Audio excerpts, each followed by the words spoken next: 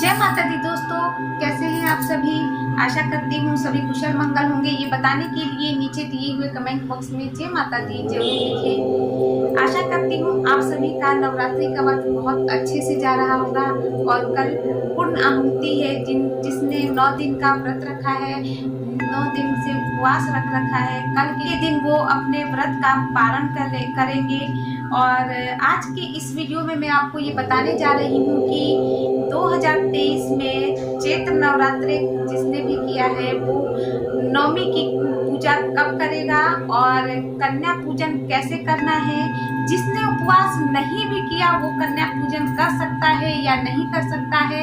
हवन से पहले हम कन्या पूजन करें या हवन के बाद करें। और हमें अपने घट को, जो जिसने अपने घर पे कलश की स्थापना की है, वो कलश को कैसे हटाए वहां से, कलश के पानी का क्या करें, और जो उन्होंने ज्वार जमा रखे हैं उनका क्या करें। ये सारी तमाम बातें आज की इस वीडियो में मैं आपको बताने वाली हूँ। इसीलिए मेरे साथ वीडियो में आप बने रहिए और वीडियो को अंत तक जरूर देखिए, क्योंकि ये वीडियो बहुत ही महत्वपूर्ण होने वाली है। और एक बात और दोस्तों, जिसको मेरा वीडियो अच्छा लगता है तो आप एक वीडियो को लाइक जरूर करें और चैनल को सब्सक्राइब कर लें, ताकि इस तरह के और भी जानकारियां मैं आप तक सबसे पहले पहुंचा सकूं।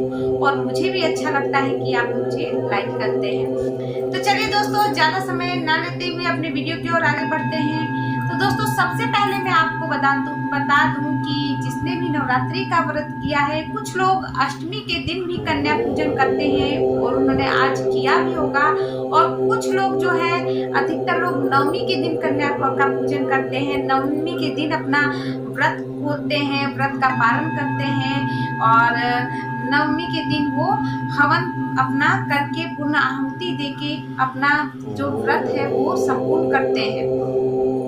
तो आपकी नवमी तिथि 29 मार्च रात 9:07 से आरंभ हो जाएगी और 30 मार्च को रात 11:27 तक रहेगी।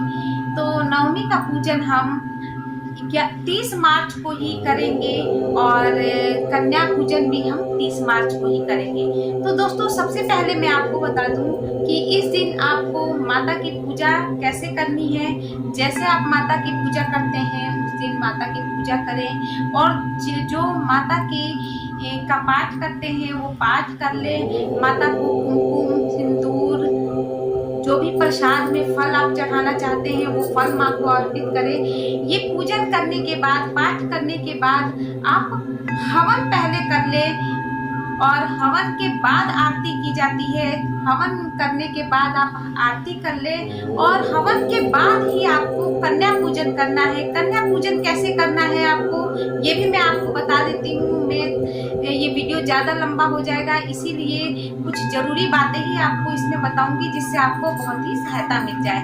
कन्या पूजन करने के लिए जब आप हवन अपना पूरा कर लेते हैं माता का, तो कन्या आपके घर में 2 साल से लेके 11 साल तक के बीच की ही होनी चाहिए। कन्या पूजन के लिए कन्या आप उनको माँ का 9 स्वरूप मान के 9 कन्या का को वहाँ पे बिठाएं, उनको खाना खिलाएं। खाने में क्या आप उनको खिलाएंगे? पूड़ी, हलवा और चना, काला चना, जो माँ का भोग माना जाता है। आप कन्या को यही भोग में खिलाएंगे और उनके साथ एक लांगुर भी बिठाया जाता है, यानी एक छोटे लड़के को भी बिठाया जाता है और उसे भी 9 कन्याओं के समान भोग लगाया जाता है। और जो भी आपके सहमति, जो भी आपके अंदर है कि मैं अपने कन्या जो मैंने वहाँ पे बिठाया है उनको क्या दूं, तो कुछ ना कुछ आप उन्हें जरूर अपने सामर्थ्य के अनुसार उन्हें कुछ गिफ्ट जरूर दे दें। जैसे जो छोटे बच्चों को अच्छा लगता है उनके स्टेशनरी का सामान और पर्स कन्याओं का, ये सब सामान आप अपने अनुसार देख लीजिएगा। कुछ ना कुछ जरूर दीजिएगा कन्या पूजन के बाद, तभी आपको उसका संपूर्ण फल मिलता है। क्योंकि आप जानते हैं हिंदू धर्म में कोई भी पूजा पाठ में दान का बहुत महत्वपूर्ण स्थान होता है। इसीलिए इस दिन 9 जो कन्याएं हम स्थापित करते हैं उन्हें माँ देवी का रूप, 9 देवी का रूप मान के उन्हें विदाई देते हैं, भोग लगाते हैं और उनसे अपनी मनोकामना पूर्ण होने की का वरदान मांगते हैं। तो उन्हें आप खाना खिलाइए, पेट भर खाना खिलाइए, इच्छा अनुसार उनके खाना खिलाइए। और उसके बाद उन्हें सबसे पहले जब कन्या आपके घर पे आती है, उनका पानी से थोड़ा सा गंगा जल अगर आपके पास है तो बहुत अच्छी बात है, गंगा जल पानी में मिला के सभी कन्याओं के पैर धो लें आप। उसके बाद कुमकुम का उनको टीका लगा दें, जिसे रोली कहा जाता है, रोली का टीका उन्हें लगा दे, उसमें अक्षत थोड़ा सा डाल दे, अक्षत भी लगा दे। उनके हाथ में कलावा बांध दे, हमेशा दाएं हाथ में कुंवारी कन्याओं का कलावा बांधा जाता है, याद रखिएगा, दाएं हाथ में कलावा बांधे। और उसके पश्चात आप उनका अगर श्रृंगार करना चाहती हैं तो आप श्रृंगार भी कर सकती हैं। अगर आपका इतना सामर्थ्य नहीं है तो कोई बात नहीं, आप एक माता को टीका लगा दे, पैर छू ले उनके। और आटा बहुत सस्ता आता है, महावर जिसे बोलते हैं, हो सके तो माता को महावर, जो 9 देवियों को आपने बिठाया है उनको महावर जरूर लगा दे, इससे विशेष रूप से फल प्राप्त होता है श्रृंगार करने से। महावर लगा के आप उन्हें इच्छा अनुसार खाना खिलाइए। और उसके पश्चात आप धन का दान भी बहुत महत्वपूर्ण माना गया है, आप हो सके तो 1 रुपए का भी दान जरूर दें उन्हें। और उसके बाद उनकी विदाई करें। ये काम हमें ऐसा नहीं है, ये भी बात मैं आपको बता देती हूँ कि जो लोग व्रत नहीं करते हैं, यानी 9 दिन के उपवास में नहीं रहते हैं और उनकी इच्छा है कि हम भी कन्या का पूजन करना चाहते हैं, तो ऐसा कोई जरूरी नहीं होता है कि आपने 9 दिन का उपवास नहीं करा है या पहले या अष्टमी का करा है तो आप कन्या पूजन नहीं कर सकते हैं, ऐसा बिल्कुल नहीं है। आप कन्या को उसी तरह से बुलाइए। हाँ, मगर ये बात तो ध्यान में रखिएगा, जब भी आप कन्या को बुलाती हैं या खिलाना चाहते हैं तो आप अपने घर में जब तक कन्या ना खा ले तब तक आपको भोजन नहीं करना है। आप नियमानुसार पूजा करें, उस दिन हवन करें, उसके पश्चात आप कन्याओं को भोजन कराएं और उनको विदाई दे सकती हैं। और एक और बात बता दूं, कुछ लोगों का सामर्थ्य नहीं होता कन्या को खाना खिलाने का भी। बहुत से ऐसे लोग हैं, आज के भी जमाने में हैं बहुत से ऐसे लोग जो 2 वक्त की रोटी भी बड़ी मुश्किल से खाते हैं। तो मन में श्रद्धा होनी चाहिए। या कोई ऑफिस जाने वाले लोग हैं, वो भी कन्या को नहीं खिला सकते, उनके साथ मजबूरी है, तो आप बिल्कुल घबराए ना। आप 9 कन्याओं को और 1 लाखों को बिठाकर आप उन्हें केला, जो भी फल है, जितना सामर्थ्य है, फल और पैसा आप उन्हें देकर भी आप कन्या पूजा संपूर्ण कर सकती हैं।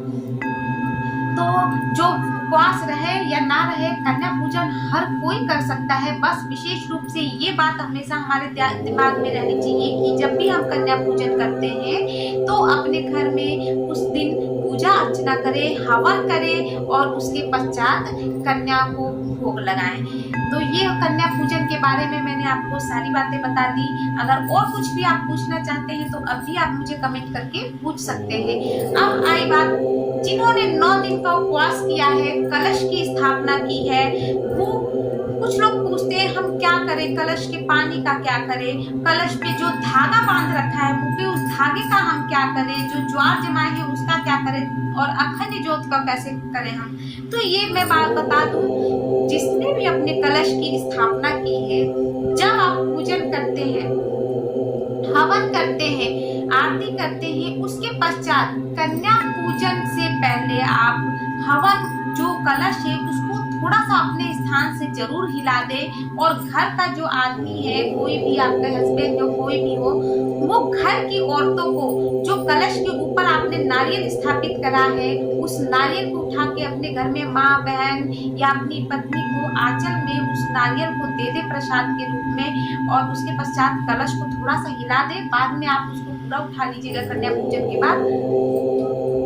दोस्तों थोड़ी सी दिक्कत हो रही है क्योंकि मैंने 9 दिन का उपवास किया है और बिल्कुल फलाहार पे हूँ मैं, तो अगर कोई भी बोलने में या मेरी बात को समझने में दिक्कत आ रही है तो उसके लिए भी मैं क्षमा चाहती हूँ आप लोगों से।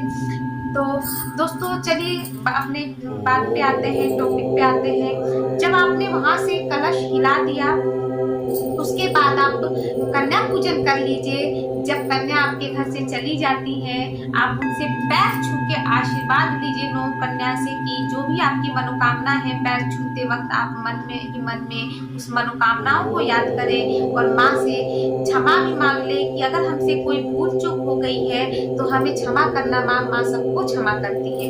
तो इस प्रकार आप अपने कलश को हिला दे वहां से, और जब आप कन्या पूजा समाप्त कर लेती हैं तो आप उस जल को, जो कलश में जल है, उस जल को अपने घर के हर कोने में ले जाके छिड़के, केवल एक जगह को छोड़ के, आप टॉयलेट को, बाथरूम को छोड़ के उसको, घर के उस जल को हर कोने में छिड़क दे। उसमें दैविक शक्तियां आ जाती हैं। 9 दिन से जो कलश स्थापित रहता है उसमें माँ की शक्तियों का वास होता है, और आपको इस जल से आपके घर में सकारात्मक ऊर्जा का भी वास होता है। इसीलिए हर कोने में छिड़क दे जल में, और आप उस जल को सबसे पहले अपने रसोई में छिड़कना शुरू करें, उसके बाद मेन दरवाजे पे, उसके बाद आप पूरे घर में उस जल को छिड़क दीजिए।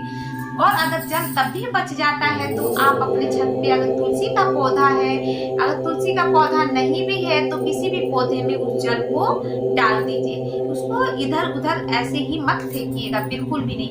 अब आई बात कलश के ऊपर जो धागा हम मुंह पे बांध के रखते हैं, उस धागे को आप अपने घर में अपने बच्चे को या अपने पति को अपने घर के सुरक्षा कवच के रूप में बांध सकती है। उस धागे में माँ की बहुत सारी शक्तियाँ होती हैं, जो आपके बच्चे को, आपके परिवार को किसी भी तरह की दुर्घटना से या घटना से बचाती हैं। वो एक तरह सुरक्षा कवच के रूप में काम करता है। अब आ गई बात ज्वार की। जो हमने ज्वार उसने उगाई है, उस ज्वार को भी आप ऐसे मत फेंकिए। जब पूजन समाप्त हो जाता है तो उस ज्वार को तोड़ के अपने घर के प्रत्येक सदस्य के, जो पुरुष हैं उनके कान पे लगा दीजिए, बच्चों के कान पे लगा दीजिए, स्त्रियां अपने बाल में, जूड़े में लगा सकती हैं। तो इस तरह से आप उस ज्वार को लगा दीजिए। अगर वो ज्वार फिर भी बच जाता है तो आप, अगर नजदीकी कोई आपके नदी है, तालाब है, तो आप उसमें प्रवाहित कर सकती हैं। अगर ये भी नहीं है आपके पास सुविधा तो आप उस ज्वार को अपने छत पे ले जाके रख दीजिए, जिससे कि कोई भी पक्षी वगैरह उसको खा ले, मगर उसको वैसे ही मत फेंकिए। एक चीज और, इस ज्वार को आप अपने घर के तिजोरी में, जहां आप पैसे रखते हैं, धन इकट्ठा रखते हैं, अपने पर्स में, इन सब जगहों पे भी रखने से आपको विशेष रूप से लक्ष्मी जी का वास होता है आपके घर में। तो ये ध्यान रखें। ये सारी विधि मैंने आपको एक ही साथ इस वीडियो में बता दी है। अगर कुछ गलती हो गई हो तो आप मुझे कमेंट करके जरूर बता सकती हैं, या कुछ मेरे से छूट गया हो तो भी आप कमेंट करें कि आपने दीदी ये चीज नहीं बताई, मैं जरूर बताऊंगी। तो फिर आऊंगी नए वीडियो के साथ, नए उपायों के साथ। तब तक के लिए नमस्कार।